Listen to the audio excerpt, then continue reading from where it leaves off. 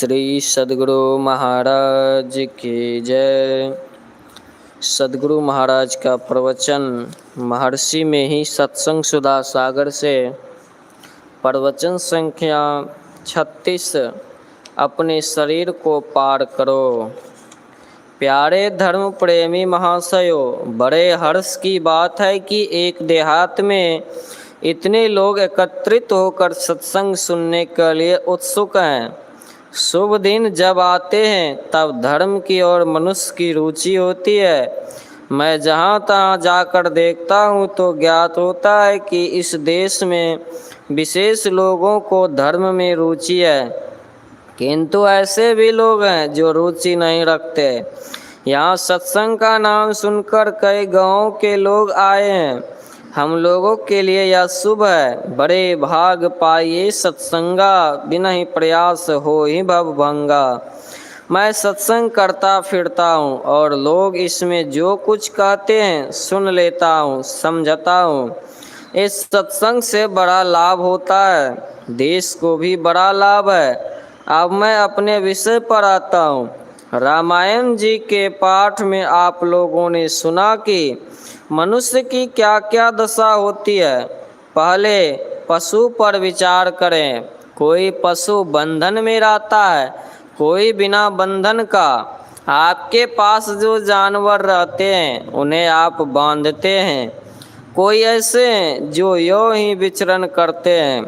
मनुष्य में भी ऐसे लोग हैं जो कसूर के कारण कारागार में रहते हैं।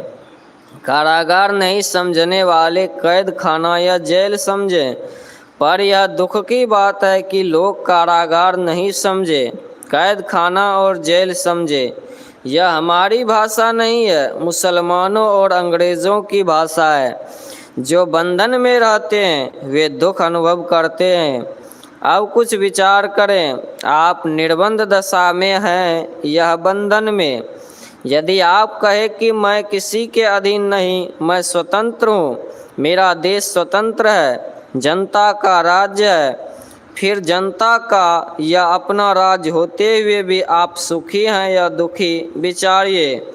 जिस प्रकार अन्न वस्त्र से पहले सुखी थे उस प्रकार आज नहीं है।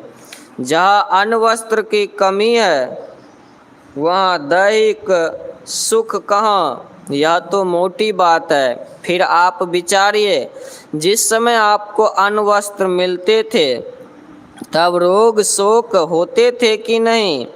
अब होते हैं कि नहीं? कोई नहीं कह सकते कि अन्न वस्त्र के विशेष होने के कारण रोग शोक नहीं था।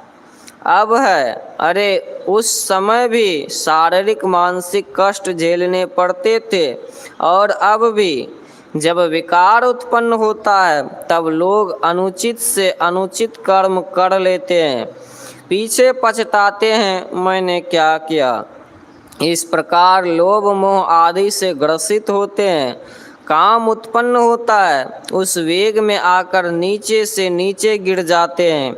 ईर्ष्या होती है, दूसरे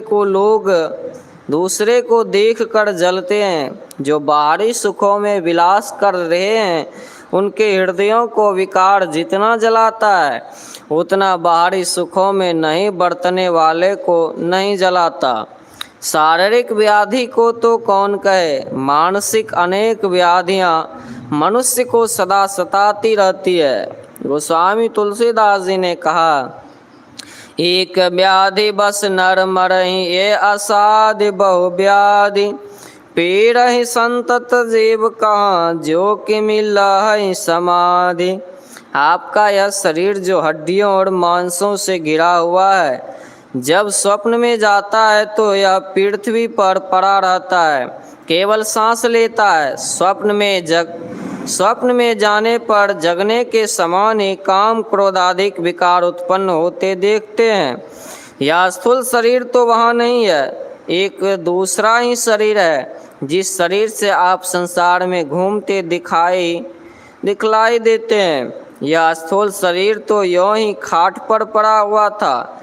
कहानी है कि सत्यवान के स्थूल शरीर से दूसरा लिंग शरीर निकालकर यमराज लेकर चले गए थे।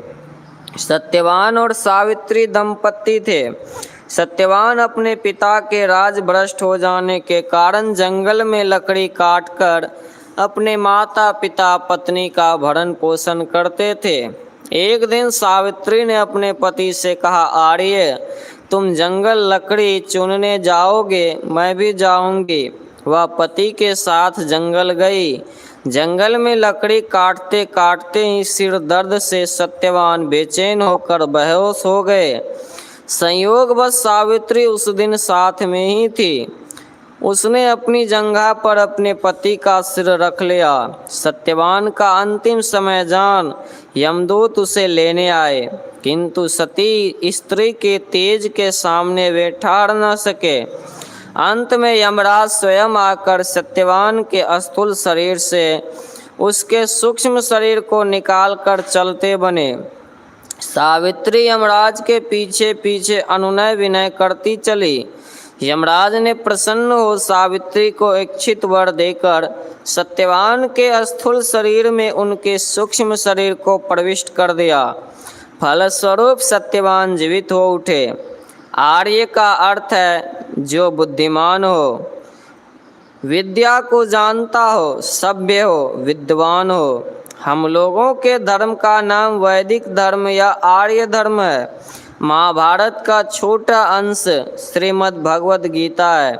बड़ा तेजस्वी टुकड़ा है। महाभारत से यदि इस गीता को निकाल दिया जाए तो महाभारत वैसे ही हो जाएगा जैसे 2.5 या 5 मन मांस खून से लदे शरीर से सूक्ष्म प्राण निकल जाए। गीता या महाभारत में कहीं हिंदी या हिंदू नहीं लिखा गया। यह पुस्तक कलिकाल के आदि में हुआ था। आज कलिकाल को हुए 5000 वर्ष हुए। युधिष्ठिर को यहाँ से गए 5000 वर्ष के करीब हुए। आज से 2500 वर्ष पहले या कलिकाल के आरंभ के 2500 वर्ष बाद भगवान बुद्ध हुए। उनके वचन में कहीं हिंदी या हिंदू नहीं है। इनके वचन में भी आर्य शब्द ही प्रयोग हुआ है। महाभारत में भी आर्य है। उसी प्रकार सावित्री अपने पति को आर्य कहकर संबोधित करती है। यमराज सत्यवान की देह में लिंग शरीर को प्रवेश करा देते हैं। इससे यह समझो कि इस शरीर के अंदर एक और शरीर है जिसे लिंग शरीर कहते हैं। हम लोगों के यहाँ घर घर में श्राद्ध क्रिया होती है। श्राद्ध क्रिया इस विश्वास पर होता है कि शरीर में कोई था, वह शरीर छोड़कर चला गया, वह अच्छे लोक में जाए, अच्छी गति में जाए। इस श्राद्ध क्रिया से यह वेदांत शिक्षा मिलती है कि शरीर के जलाने से इसमें रहने वाला चेतन आत्मा जलता नहीं, काटने से कटता नहीं। गीता में भगवान श्री कृष्ण ने कहा है, नैनम छिन्दन्ति शास्त्राणि नैनम दहति पावका न चैनम क्लेद्यन्त्यापो न शोष्यते मारुत। फिर ज्ञानी कहते हैं सूक्ष्म ही नहीं, इसके अंदर कारण और कारण के अंदर महाकारण, फिर इसमें भी चेतन शरीर है। चिदानंदमय देह तुम्हारी, विगत विकार जान अधिकारी। इन 5 शरीरों से युक्त चेतन आत्मा जीवात्मा कहलाता है। जब तक किसी इंद्रिय में या अंतःकरण या किसी शरीर में रहते हैं, इस स्थूल शरीर से आप किसी भी तरह निकल नहीं सकते। स्थूल से जब आप निकल नहीं सकते, सूक्ष्म कारण महाकारण से कैसे निकल सकते हैं। इसलिए जीव इन्हीं शरीरों के फंदे में पड़ा हुआ है। एक कारागार में बंद रहते हुए किसी को अच्छा नहीं लगता।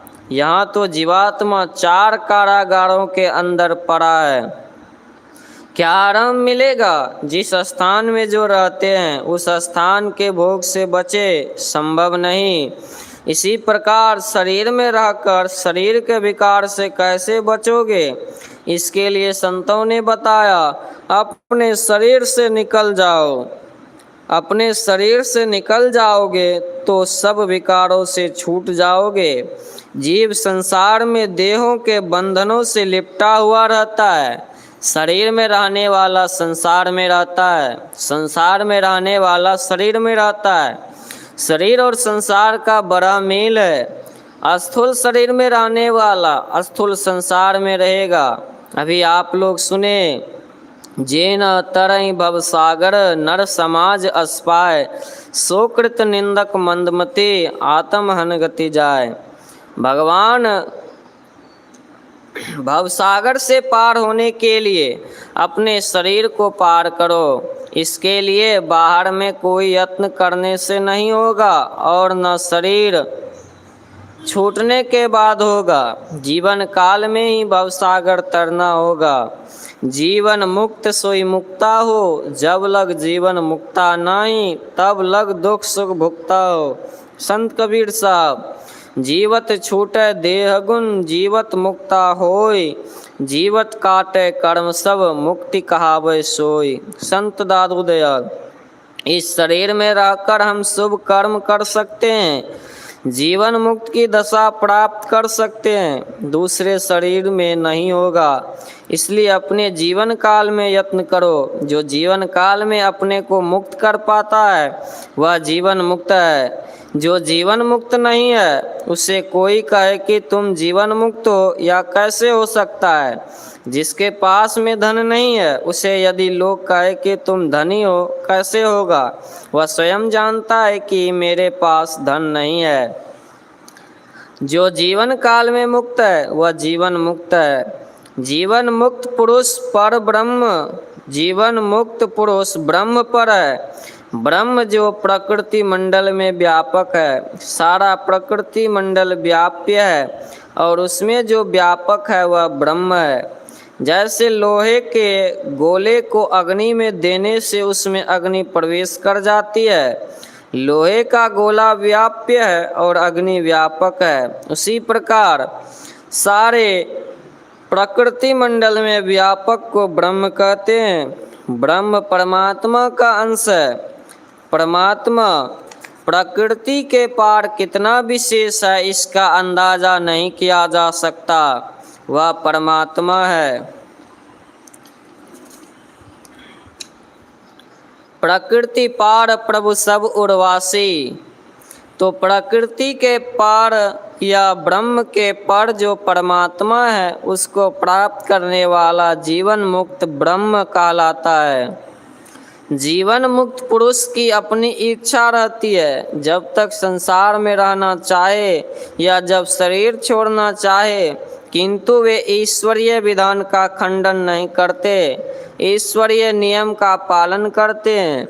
जब तक जीवन है संसार में रहते हैं, उन्हें अपने लिए कुछ करना बाकी नहीं रहता। संसार में रहते हैं तो संसार की सेवा के भाव से कर्म करते हैं और सत्संग करते हैं।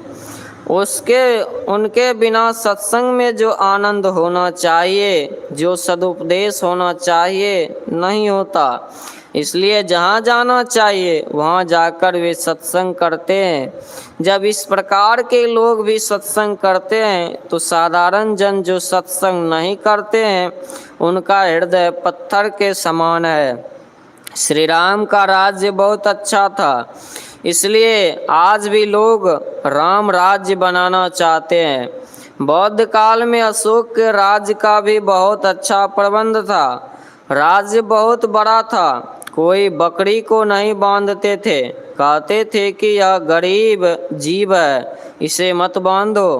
श्री राम आदर्श राजा थे। एक साधारण मनुष्य के कहने पर सीता ऐसी सती का परित्याग कर दिया।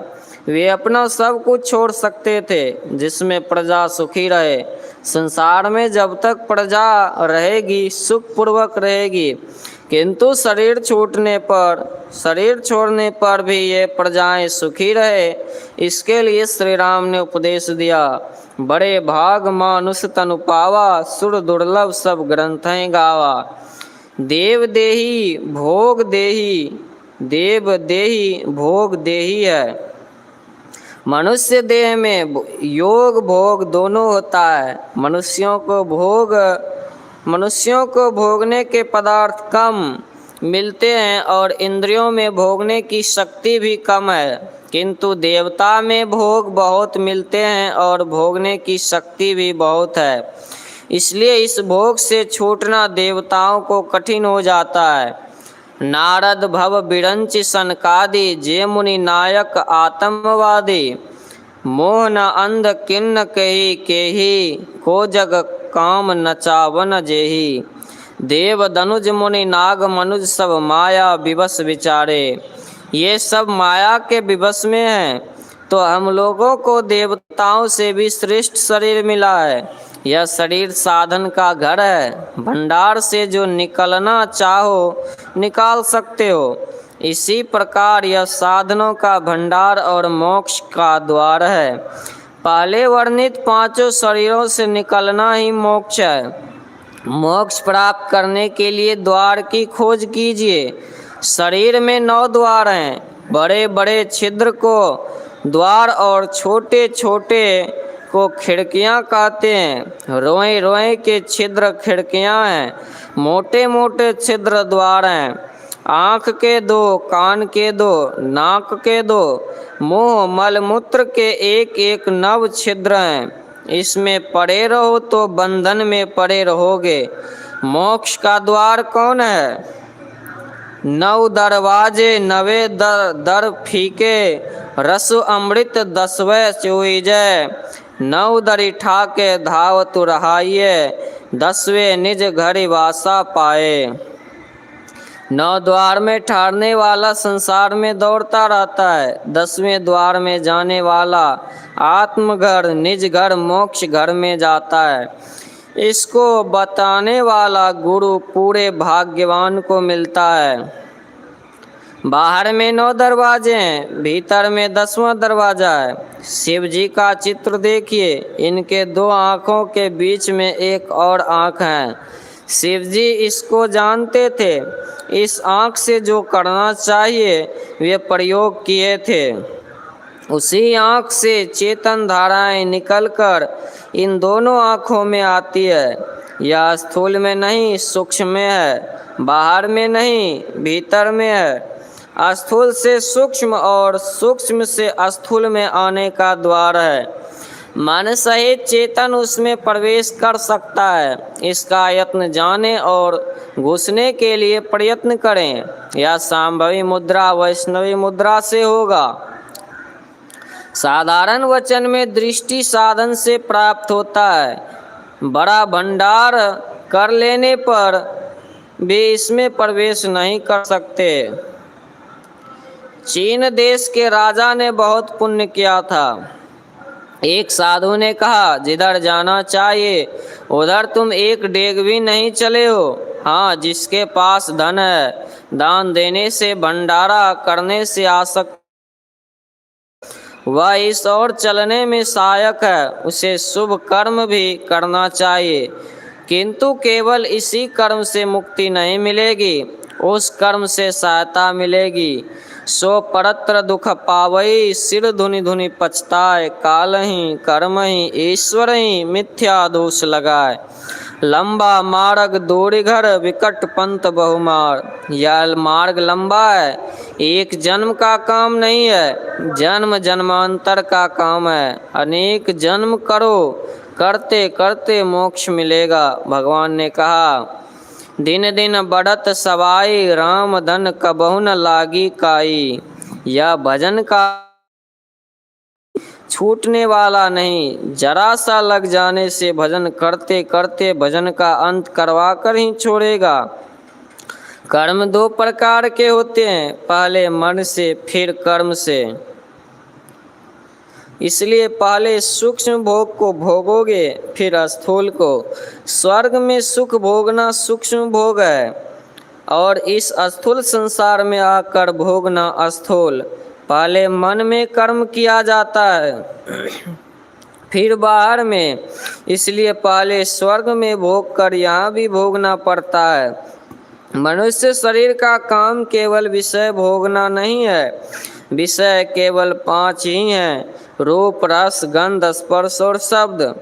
आँख, नाक, कान, जीभ और त्वचा से जो ग्रहण करते हो, इन्हीं में सब लगे हैं। श्री राम कहते हैं, विषय में लगे रहो, यह मनुष्य शरीर का काम नहीं। स्वर्ग का सुख भी थोड़ा है और अंत में दुख देने वाला है। विषयों से कैसे बचा जाएगा, इसका उपाय पीछे कहूँगा। नर तन पाय विषय मन देही, पलटि सुधाते सठ विष लेही। ताहि कबहु भल कहै न कोई, गुंजा ग्रहि परस मनि खोई। आकर 4,84,000 जोनि भ्रमतिया जीव अविनाशी। फिरत सदा माया कर प्रेरा, काल कर्म स्वभाव गुण घेरा।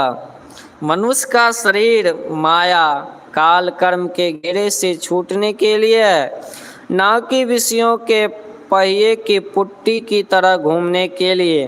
फिर कहा, नर्तन भव बारिधि कहाँ बेरो, सन्मुख मरुत अनुग्रह मेरो।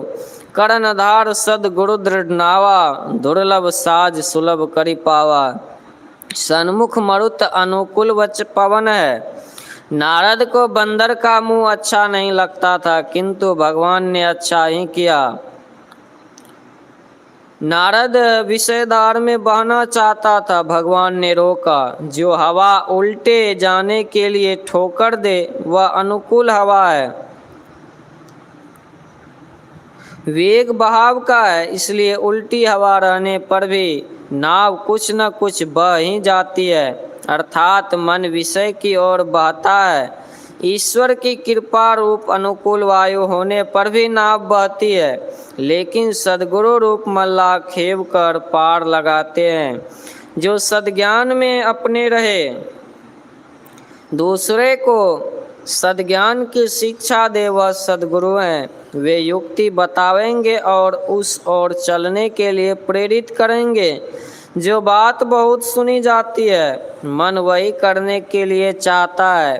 किसी को जिस ओर फेरना हो, उस तरह की बात सुनाइए, उस ओर हो जाएगा।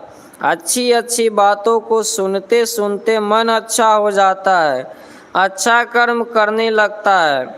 सद्गुरु सद्ज्ञान की शिक्षा देते हैं, विषय की ओर से मन को फेरने की शिक्षा देते हैं, उसका मन फिर जाता है।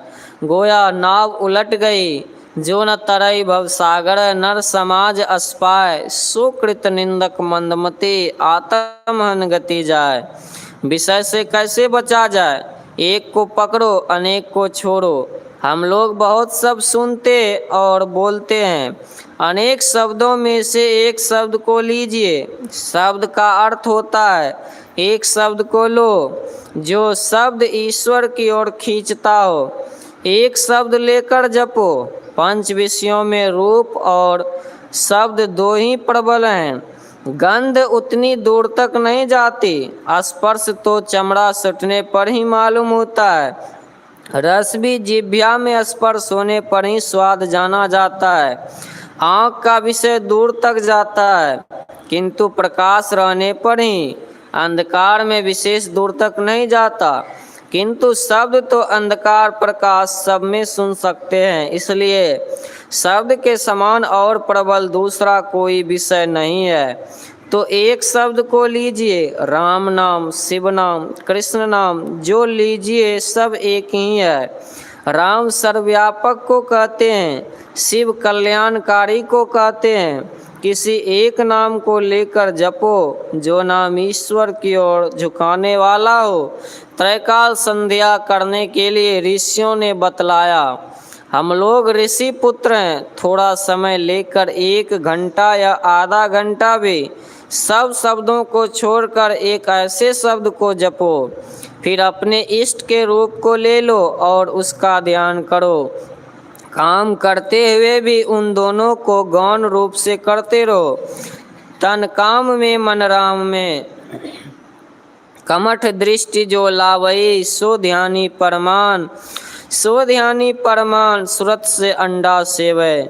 संत पलटू साहब, इन दोनों विषयों को पकड़ो और 3 विषय को छोड़ दो।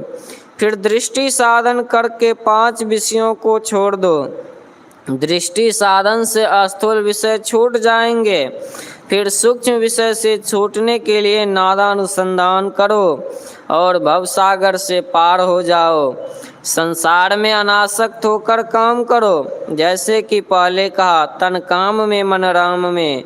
इसके लिए कोई मन को संसार में रखे और इस ओर जाना चाहे, हो नहीं सकता। दुई की होय एक समय भुआला, हसब ठठाई फुलाउब गाला। इसलिए नित्य नियमित रूप से भजन अभ्यास करते रहिए। श्री सद्गुरु महाराज की जय। यह प्रवचन ग्राम बेलसारा, जिला पूर्णिया, बिहार में दिनांक 18 नवंबर 1952 ईस्वी के अपराह्नकालीन सत्संग में हुआ था।